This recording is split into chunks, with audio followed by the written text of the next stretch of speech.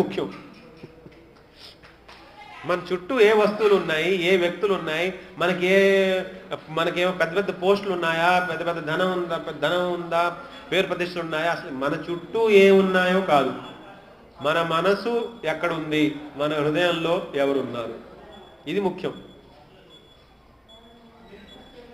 అప్పుడు ఆవిడ కూడా ఒప్పేసుకుంది. మీరు నాకంటే గొప్పవాళ్ళనే సంగతి ఒప్పేసుకున్నాడు. ఇంకా చాలా ప్రశ్నలు ఉంటాయి, చాలా సిరీస్ ఆఫ్ క్వశ్చన్స్ ఉంటాయి. అందులో ఇంతకుముందు మనం చెప్పుకున్నాం ఒకసారి. ఒక క్వశ్చన్ ఉంటుంది, కృపణుడు ఎవరు అని అడుగుతున్నాడు. కృపణ అంటే పిసినారి. ఎవడు పిసినారి అంటే ఆయన చెప్తారనమాట, ఎవడైతే ఈ భూలోకంలో మానవ దేహాన్ని పొంది కూడా భగవంతుణ్ణి పొందడానికి ప్రయత్నించకుండా ఇక్కడున్న సుఖ దుఃఖాలను అనుభవించేసి భగవంతుడు తెలుసుకోకుండానే ఈ దేహాన్ని విడిచిపెట్టేస్తాడో వాడు పిసినారి. ఎందుకని పిసినారి? వాడు ఎందుకని పిసినారి? చూడు, పిసినారంటే మరి పిసినారంటే మనం ఏమంటాం జనరల్గా, డబ్బు ఖర్చు పెట్టడం, అవునా కదా? అవసరం ఉన్నా సరే డబ్బు ఖర్చు పెట్టడం. వాడు పిసినారంటే అంటే వాడు దేని పట్టు కూర్చున్నాడు? డబ్బును పట్టుకుని కూర్చున్నాడు. పైన ఒక హయ్యర్ పర్పస్ ఉన్నా దాన్ని యూజ్ చేసుకోకుండా, దాని ఆపర్చునిటీని యూజ్ చేసుకోకుండా, బాబాయ్ డబ్బు ఖర్చు అయిపోతుందేమో, ఇది ఖర్చు అయిపోతుందేమో, ఇది ఖర్చు అయిపోతుందేమో, దీన్ని పట్టుకు కూర్చున్నాడు. కానీ ఆ హయ్యర్ ఆపర్చునిటీని అవైల్ చేసుకోలేదు వాడు. అలా ఈ దేహం దేనికోసం, ఈ మానవ జన్మ దేనికోసం? దేవతలకి, రాక్షసులకి ఎవ్వరికి సాధ్యపడనిది ఈ దేహంతో, మనుష్య దేహంతో సాధ్యపడేది భగవంతుణ్ణి పొందవచ్చు. దేవతలకు కూడా సాధ్యం కాదు.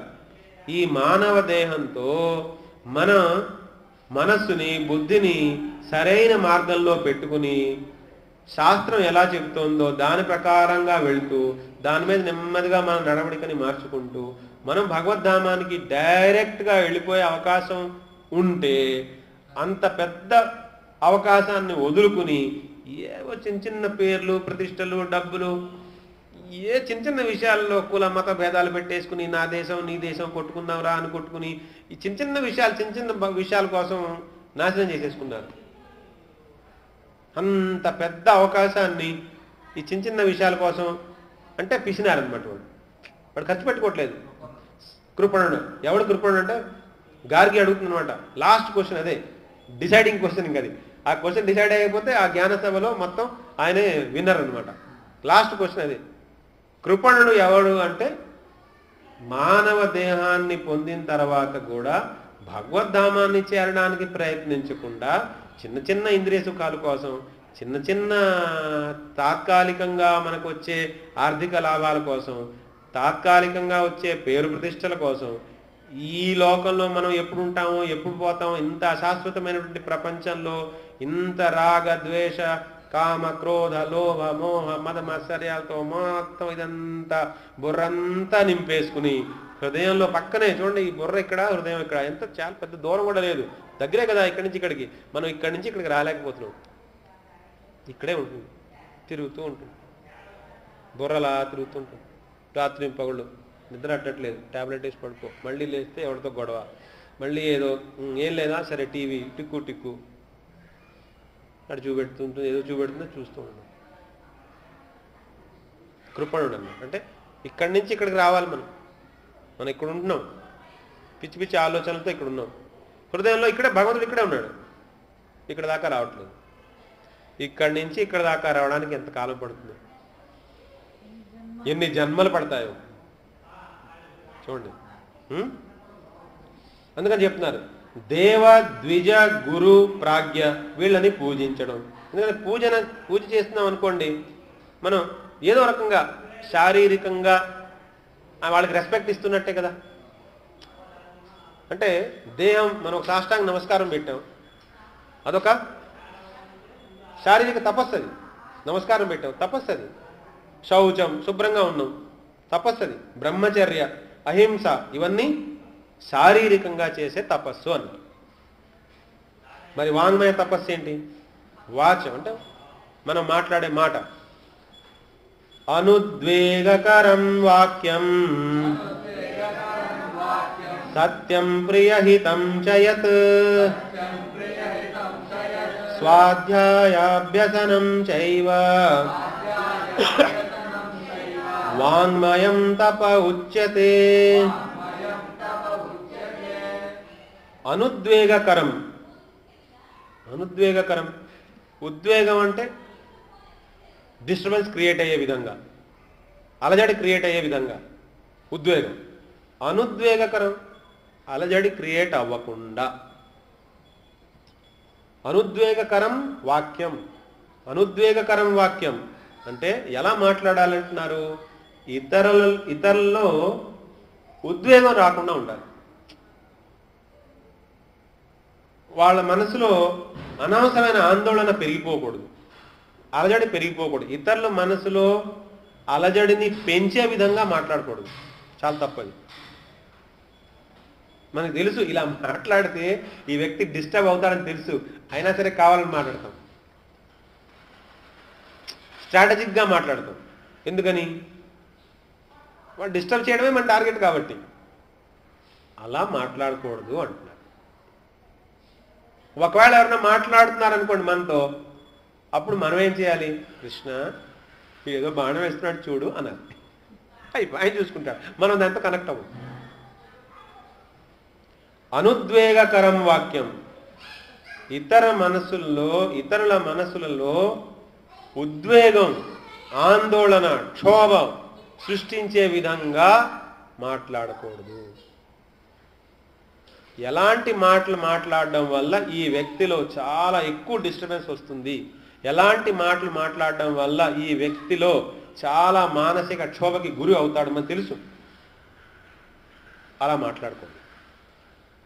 ఇంకా ఒక పాయింట్ చెప్పారా? ఇంకేం చెప్తున్నారు? సత్యం. నిజాలు మాట్లాడాలి, సత్యం మాట్లాడాలి.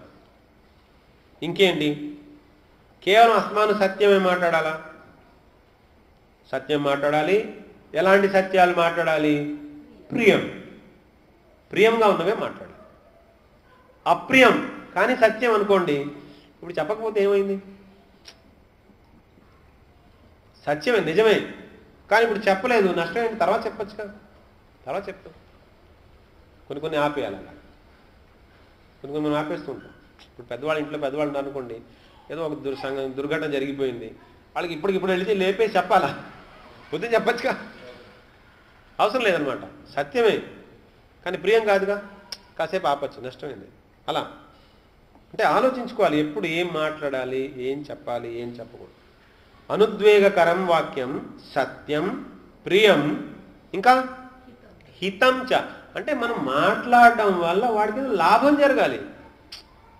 ఊరికే మాట్లాడటం కాదు, ఏదో వాళ్ళ మనసులో ఉన్న ఆందోళన తగ్గి, వాళ్ళ కన్ఫ్యూజన్ పోయి, వాళ్ళ కొంత ప్రకాశవంతమై, వాళ్ళు కొంచెం ఏదో నేర్చుకుని వాళ్ళకి మంచి జరగాలి. అలాంటి మాటలు మాట్లాడాలి. అనుద్వేగకరం వాక్యం, సత్యం, ప్రియం, హితం చయత్. అంత మాట్లాడితే సరిపోతుందా? అంతే సరిపోదు బాబు, ఇంకా ఉంది. ఏంటది? స్వాధ్యాయాభ్యసనం చైవ. శాస్త్రాన్ని స్వాధ్యాయ, స్వ అధ్యయనం ద్వారా. ఎందుకంటే శాస్త్రం తెలుసుకుంటూ ఉంటే శాస్త్రంలో ఉన్న వాంగ్మయం తెలుస్తుందిగా మనకి. అంటే మన వాంగ్మయాన్ని శాస్త్ర వాంగ్మయంలో ముంచాలి. ఇక్కడి నుంచి ట్రైనింగ్ తీసుకోవాలి, ఇక్కడి నుంచి ట్రైనింగ్ తీసుకొచ్చి బయట మళ్ళీ మాట్లాడాలి. ఇప్పుడు అబ్బాయి పుట్టాడు, బాగుంది, పండగ చేసుకున్నాం, అందరినీ పిలిచాం, భోజనాలు పెట్టాం, కార్యక్రమం. అంటే స్కూల్కి పంపలేదు అనుకోండి, వాడు ఏ ఎలా నేర్చుకుంటాడు, బి ఎలా నేర్చుకుంటాడు? ఏబిసిడీలు లేవు, ఆ ఈ లేవు, ఏం లేవు. అంటే స్కూల్కి పంపను. మా అబ్బాయి అంటే నాకు చాలా ప్రేమ, నేను వాడిని స్కూల్కి పంపను. మరి ఎలా? అబ్బాయి పుట్టాడు, అడవిలో పడేశారు, మాట్లాడతాడా? ఏం మాట్లాడతాడు? కుక్కలా భోగో అంటాడు, పశువుల్లా మాట్లాడతాడు, అంతే కదా. మరి మాటలు ఎలా వచ్చాయి? మన ఇంట్లో భాష మనకి ఎలాగైతే పిల్లలకు వచ్చిందో, స్కూల్కి వెళ్ళాక ఎలాగైతే భాషలు నేర్చుకున్నారు, అలాగా మనం స్కూల్ నుంచి బయటకు వచ్చేసే ముందే లేదా జీవితం ముగిసే ముందే ఎప్పుడో అప్పుడు ఎక్కడో అక్కడ శాస్త్రంలో చెప్పిన వాంగ్మయంలో మన వాంగ్మయాన్ని ముంచి ఆ వాంగ్మయం తెలుసుకోవాలి. ఆ వాంగ్మయం తెలుసుకోవడం అంటే ఎగ్జాక్ట్గా అన్ని శ్లోకాలు స్తోత్రాలు అన్ని చెప్పేయడం కాదు. అందులో కనీసం మెయిన్ పాయింట్ ఏంటో, మెయిన్ భావం ఏంటో అని తెలుసుకోవాలి కదా. అది లాస్ట్ స్కూల్ మనకి. మనం ఆ స్కూల్కి వెళ్ళకపోతే ఎలా? అయిపోయింది, నేను డిగ్రీ చదివేశాను, పీజీ చదివేశాను, నాకు రీసెర్చ్ స్కాలర్షిప్ కూడా అయిపోయింది, నా ఉద్యోగం అయిపోయింది, రిటైర్మెంట్ అయిపోయింది. అయిపోయిందా? అవ్వలే. ఏమవ్వలే. ఎందుకని? అసలు ఇందులో ఏబిసిడీలు నేర్చుకోలేదు ఇంకాను. ఇంకా ఇప్పుడు అసలు స్కూల్ ఇప్పుడు స్టార్ట్ అయింది. అయిపోయింది అక్కడ. అందుకనే చిన్నప్పటి నుంచి సైమల్టేనియస్గా నడిపేవాళ్ళు. మన వేదాల్లో, మనకు వేదిక కల్చర్లో ఏం చేసేవారు? 7-8 సంవత్సరాలు వచ్చేసరికి, 6 సంవత్సరాలు వచ్చేసరికి ఇంకా ఉపనయనం అంటారు. ఉపనయనం అంటే ఏంటి? ఉపనయనం. ఉప అంటే దగ్గర, నయనం అంటే ఏంటి? కళ్ళు కదా. ఈ చిన్నపిల్లాడు, వీడికేం తెలియదు, ఎలా చూడాలో, ప్రపంచాన్ని ఎలా చూడాలో తెలియదు, అసలు రహస్యం ఏంటో తెలియదు. అంటే ఏం చేస్తున్నారు? ఉపనయన సంస్కారం చేస్తున్నారు. ఏంటి ఉపనయనం అంటే? తండ్రి ఆ పిల్లవాడిని తీసుకెళ్ళి గురువుకి అప్పచెప్తున్నారు. ఆ గురువు ఏం చేస్తాడు? పిల్లాడిని నెమ్మదిగా శాస్త్రంలో ముంచుతాడు. ఈ గురువు శాస్త్రము ద్వారా వీడి కళ్ళు తెరుచుకుంటాయి, మనోనేత్రాలు, జ్ఞానేత్రాలు తెరుచుకుంటాయి నెమ్మదిగా. అందుకని ప్రస్తుతం దగ్గరకు తీసుకెళ్లే కార్యక్రమం కదా ఉపనయన సంస్కారం అంటే. వీడు కళ్ళు తెరుచుకునే కార్యక్రమాల్లో ఫస్ట్ స్టెప్ అది ఉపనయనం. తర్వాత నెమ్మదిగా బ్రహ్మచర్యం. తర్వాత మొత్తం 18 సంవత్సరాలు అయింది అంటే 12 సంవత్సరాలు గురుకులంలో ఉన్నప్పుడు మొత్తం జ్ఞానం అంతా నేర్చేసుకుని బయటకు వచ్చేసరికి వాడికి వేదిక వాంగ్మయం మొత్తం అంతా వచ్చేసి ఉంటుంది. అన్ని రకాల విద్యలు, జ్యోతిష్ శాస్త్రం అని, అదని ఇదని ఏమేమి ఉన్నాయి మొత్తం అన్ని మాస్టర్ వచ్చేసి అప్పుడు బయటకు వచ్చి అప్పుడు వాడు ఆలోచించుకుంటాడు అనమాట. నేను ప్రవృత్తి మార్గంలో వెళ్ళాలా, నివృత్తి మార్గంలో వెళ్ళాలా? ప్రవృత్తి మార్గంలో వెళ్ళాలనుకుంటున్నాను. సరే వెళ్ళు, పెళ్లి చేసుకో, గృహస్థు. లేదు, నేను నివృత్తి మార్గంలో వెళ్ళాలి, డైరెక్ట్ సన్యాసం. అలా ఒక క్లియర్ పిక్చర్ ఉంటుంది. ఇప్పుడేంటి? ముందు చదివి, తర్వాత అమెరికా వెళ్ళిపో, తర్వాత ధనం సంపాదించే, తర్వాత బీపీ షుగర్తో ఇండియాకి వచ్చే, లేకపోతే అక్కడే ఠా. మరి వేదిక వాంగ్మయం ఏమైంది? 0. అసలు ఇలా ఎందుకు జరుగుతుంది అంటే నాకు చెప్పాను ఇంతకు ముందు కూడా. అసలు ఇలా చేసేదే వాళ్ళు. విదేశీయులు మన జ్ఞానాన్ని మన నుంచి వేరు చేసేసి వాళ్ళు రీసెర్చ్ చేసుకుంటున్నారు దీని మీద. మీకు ఒక విషయం తెలుసా? ఇప్పుడు కొత్తగా తెలుసుకున్నారంట, most scientific language suitable for computer ఈ సాంస్క్రిట్ అంట.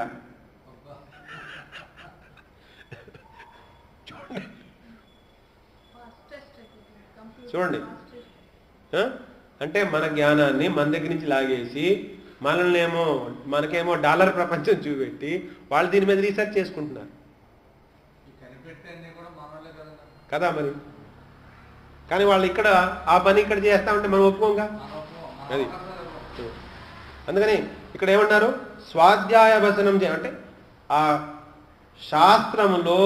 శాస్త్రం చెప్పిన వాంగ్మయంలో మన మనస్సుని, మన ఇంద్రియాలని అలా ముంచాలి. ముంచి తీస్తే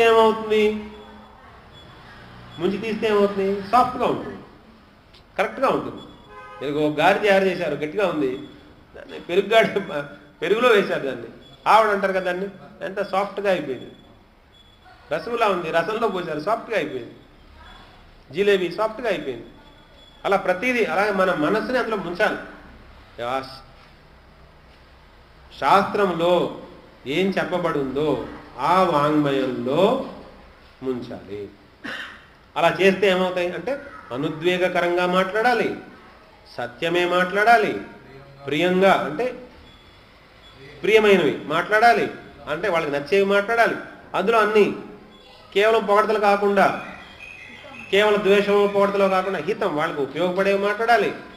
ఇవన్నీ చేసే వీటికంటే కూడా ఇంకా ముఖ్యం ఏంటి? అసలు మన వాంగ్మయం బాగుండాలి అంటే ముందు మన ఆలోచన పద్ధతి బాగుండాలిగా. మన ఆలోచన పద్ధతి, వాంగ్మయం బాగుండాలంటే ఏదో ఒక మూలధనం మన దగ్గర ఉండాలిగా. ఆ మూలధనం అంతా ఎక్కడుంది? శాస్త్రంలో ఉంది. ఇక్కడ ఆ శాస్త్రంలో ఉన్న మనం మూలధనం పట్టుకున్నాం అనుకోండి, మనం అన్నీ సక్రమంగా వెళ్తాయి. అదనమాట తపస్సు, వాంగ్మయ తపస్సు. మరి మానసిక తపస్సు 16వ శ్లోకం. మన ప్రసాద సౌమ్యత్వం మౌనమాత్మ వినిగ్రహ భావ సంశుద్ధిరిత్యేతత్ తపో మానసముచ్యతే. మనఃప్రసాదాత్. మనఃప్రసాదం అంటే మనస్సు ఎప్పుడు ప్రసన్న చిత్తులై ఉండడం. ఇప్పుడు మనం ప్రసన్న చిత్తులై ఉండడానికి మన చుట్టూ ఏమున్నాయో ఏం లేవో దానికి అసలేమి సంబంధం లేదు. ఇది పెద్ద సీక్రెట్, అంతా తెలుసుకోవాల్సిన సీక్రెట్. చూడండి, ఒక్కోసారి చాలా తక్కువ ధనంతో కూడా ఒక వ్యక్తి చాలా ఆనందంగా ఉంటాడు. ఒకడు చాలా ధనం ఉన్నా సరే కూడా ఏవో కష్టాలు ఉంటాయి. అంటే మన చుట్టూ ఏమున్నాయి ఏం లేవు అనే విషయంపై మనస్సు ప్రసన్నంగా ఉండడం, మనస్సు ఆనందంగా ఆహ్లాదకరంగా ఉండడం లేదా విషాదంగా ఉండడం, ఇది ఆధారపడి లేదు. బయట విషయాలపై ఆధారపడి లేదు. బయట విషయాలు నాకు ఇవన్నీ ఉన్నాయి కాబట్టి నేను ఆనందంగా అన్నాను అనుకోండి. నా చుట్టూ నాకు ఇవన్నీ ఉన్నాయి కాబట్టి నేను ఆనందంగా అన్నాను అనుకోండి. అవి ఉండవు కదా తర్వాత. మరి అప్పుడు పరిస్థితి ఏంటి అంటే ఆనందం నిజమైన ఆనందం కాదు. బాహ్యంగా మనకేవో ఉన్నాయని లేదా ఏవో లేవు కాబట్టి మనం ఆనందంగా ఉన్నాము అంటే అది మాయతో సంబంధించిన ఆనందము. అది శాశ్వతమైన ఆనందం కాదు. శాశ్వత ఆనందం చెప్పాను కదా, శాశ్వత ఆనందం ఇక్కడి నుంచి ఇక్కడ దాకా రావాలనుకున్నాగా. ఇక్కడి నుంచి ఇక్కడ దాకా ఒక ఫీట్ కూడా ఉందో లేదో, అసలు ఉందా? ఒక ఫీట్ కూడా ఉందో లేదు. ఇక్కడి నుంచి ఇక్కడ దాకా రావడానికి మనం ఇందులో ఉంది ఆనందం. మనఃప్రసాద సౌమ్యత్వం. మనఃప్రసాద సౌమ్యత్వం. సౌమ్యత్వం సింప్లిసిటీ. సింపుల్గా ఉండు. ఎందుకు ఆడంబరాలు? సింపుల్గా ఉండు. మౌనం. మౌనం అంటే అవసరం వచ్చినప్పుడే మాట్లాడదాం, అవసరం లేకపోతే ఎందుకు మాట్లాడదాం? మనసు ప్రశాంతంగా ఉంది. మౌనం. Inner silence. మౌనం సింపుల్ మీనింగ్ ఏంటి? Inner silence. ఇన్నర్ సైలెన్స్ ఎందుకు వస్తుంది? బాహ్యంగా వస్తువులు, వ్యక్తులు, పరిస్థితుల గురించి మనం మాట్లాడడం మానేస్తే ఓ సైలెన్స్ వస్తుంది. అది మౌనం.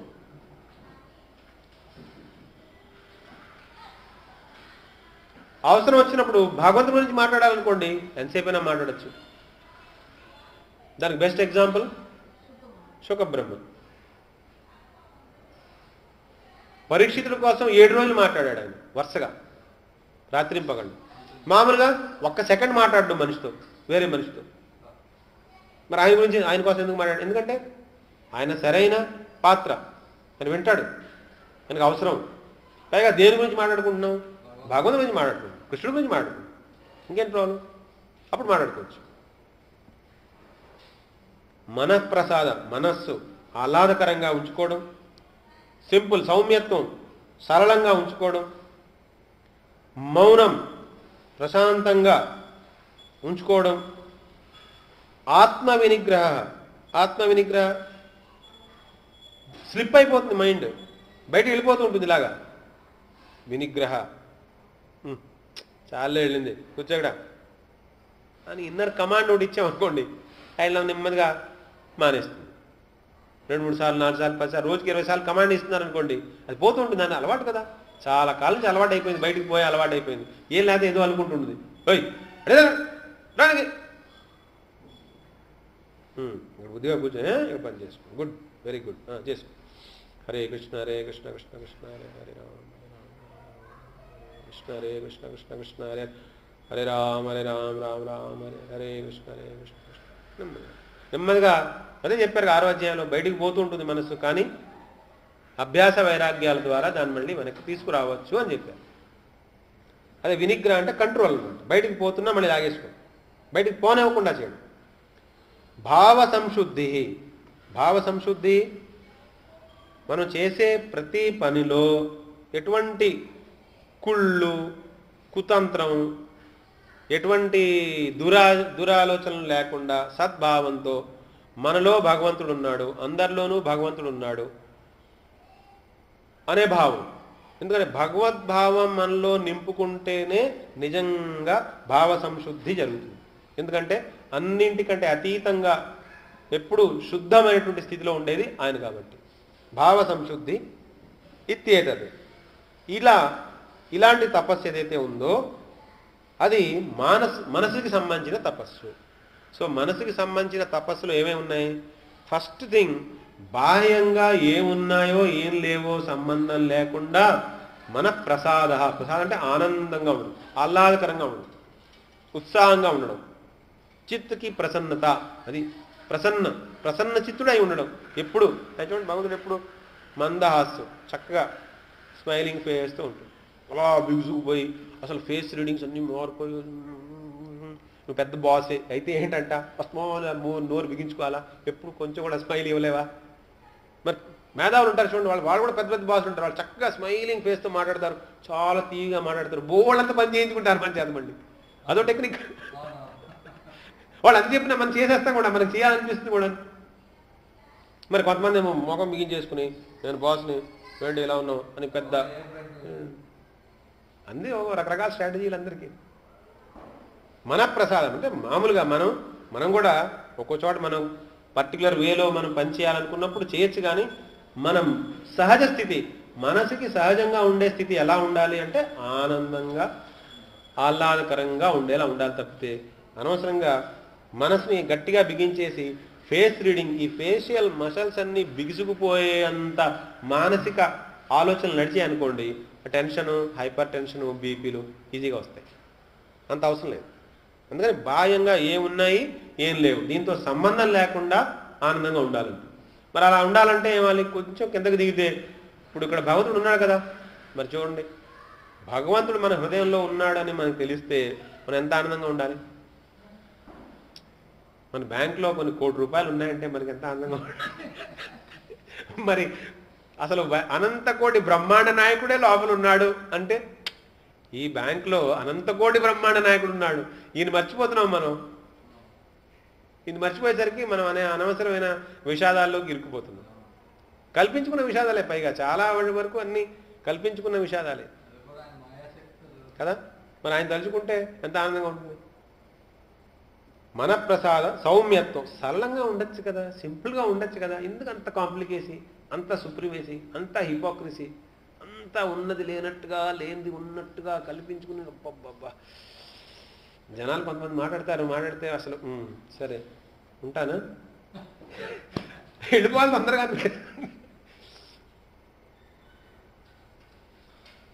మౌనం, ఆత్మ వినిగ్రహ, భావ సంశుద్ధి, ఇవన్నీ మానసిక తపస్సు. ఇప్పుడు చెప్తున్నారు ఈ 3 రకాలు చెప్పారు కదా. శారీరక తపస్సు అంటే ఏంటి, వాంగ్మయ తపస్సు అంటే ఏంటి, మానసిక తపస్సు అంటే ఏంటి? 17 శ్లోకం. శ్రద్ధయా పరయా తప్తం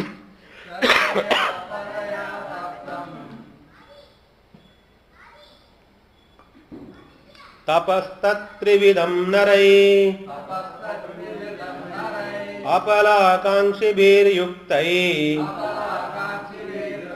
సాత్వికం పరిచక్షతే. శ్రద్ధయా పరయా తప్తం, ఈ 3 విధాలుగా శారీరక, మానసిక, వాంగ్మయ, ఈ 3 తపస్సులని ఎవరైతే శ్రద్ధతో ఫలాన్ని ఆశించకుండా, మళ్ళీ అదే పదం చూడండి, అఫలాకాంక్షిభి, ఫలాన్ని ఆశించకుండా ఈ 3ంటిని ఎవరైతే చేస్తారో అటువంటి తపస్సు సాత్విక తపస్సు అన్నమాట. సాత్విక తపస్సు అంటే మనం అందరూ చేయవలసింది ఇదే. ఈ సాత్విక తపస్సు మనం చేస్తూ ఉండాలి ఎప్పుడు. ఈ శ్లోకాలు రౌండ్ చేసుకుని 14, 15, 16 ఈ 3 మనం ఎప్పుడు చేస్తూ ఉండాలి. ఆ చేస్తూ ఉండడం వల్ల క్రమేపీ మనలో ఇంటర్నల్గా చేంజ్ వచ్చేస్తుంది. అప్పటికప్పుడు వెంటనే మనకు కనపడకపోయినా నెమ్మదిగా ఆ చేంజ్ వస్తుంది. అభ్యాసం నెమ్మదిగా చేంజ్ వచ్చేస్తుంది. 14, 15, 10 వాళ్ళు ఇవన్నీ మనం చేసామా, భగవంతుడికి ఒక నమస్కారం పెట్టామా. ఫస్ట్ చూడండి, డైలీ మనం లేవగానే నమస్కారం పెట్టుకోమంటారు కదా, అందుకని అంటే అదో శారీరక తపస్సు. చూడండి, బాగా మనం దగ్గు అప్పును పడుకున్నాం చెలేస్తుందని లేచి నమస్కారం పెట్టగానే ఏమైంది, పోయిందిగా యాక్టివ్ బాడీ. ఆ రగ్గు వదిలేసాం, మంచం వదిలేసాం, భగవంతుడి అల్టిమేట్ గాడ్ అని తెలుసుకుని ఈ అనంత కోటి బ్రహ్మాండానికి నాయకుడు ఈయన అని చెప్పేసి ముందు ఆయనకి హలో హాయ్ గుడ్ మార్నింగ్ అని చెప్పినట్టుగా సాష్టాంగ నమస్కారం పెట్టేసుకున్నాం అనుకోండి, అదొక అనుష్ఠానం మొదలైపోయిందా? అలాగే శుభ్రం స్నానం చేసాం, గురువుల్ని పూజించాం, ద్విజుల్ని ఎవరైనా పెద్దవాళ్ళు వచ్చారు ఉన్నారు, జ్ఞానవంతులు ఉన్నారు, వాళ్ళకి నమస్కారం పెట్టాం, వాళ్ళ నుంచి శిక్షణ తీసుకున్నాం. ఇవన్నీ శారీరక తపస్సు. మనం ఏమైనా శారీరక తపస్సు చేస్తున్నామా? బ్రహ్మచర్య, అహింస. చూడండి, మనం ఏదైతే చేయమో, మనం ఏమైనా చేయట్లేదు అనుకోండి, నీకు ఉన్నా లేకపోయినా ఒకటే కదా అనుకుంటాడు కదా ఆయన. నీకు ఇవన్నీ ఇచ్చాను, నువ్వు సరిగ్గా చేయాలిగా. నువ్వు చేయకపోతే నీకు ఎందుకు ఇవ్వాలి? నువ్వు నాకు నమస్కారం పెట్టలేదు, నువ్వు నాకు ఏమీ చేయట్లేదు. సరే తీసుకో, ఓ టెన్షన్ తీసుకో. ముందు టెన్షన్ ఇచ్చాడు. ఆయన్ని పట్టుకుని ఉంటే మన ప్రసాద. ఆయన పట్టుకోవట్లేదు, ముందు టెన్షన్ తీసుకో, ఆ తర్వాత హైపర్ టెన్షన్ తీసుకో, ఆ తర్వాత టాబ్లెట్ వేసుకో.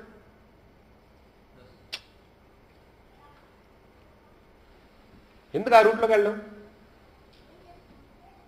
అందుకని శారీరక తపస్సు మనం ఇవాళ శారీరక తపస్సు ఏం చేశాము? ఒకటి. రెండు, ఇవాళ వాంగ్మయ తపస్సు మనం ఏం చేసాం? ఇప్పుడు మనం భగవద్గీత వింటున్నాం అనుకోండి, ఇదో వాంగ్మయ తపస్సు. నేను మాట్లాడుతున్నానంటే అదొక వాంగ్మయ తపస్సు, మీరు వింటున్నారంటే అదొక వాంగ్మయ తపస్సు. శాస్త్రంలో భగవంతుడు అర్జునుడికి ఏం చెప్పాడు తెలుసుకుంటున్నాం. అనుద్వేగకరం, మనం మాట్లాడే పద్ధతిలో మార్పు తెచ్చుకోవాలి. ఇతరులతో మనం ఎలా మాట్లాడుతున్నాం, మన సబార్డినేటే కావచ్చు, తీగా మాట్లాడచ్చుగా, ఏమైంది?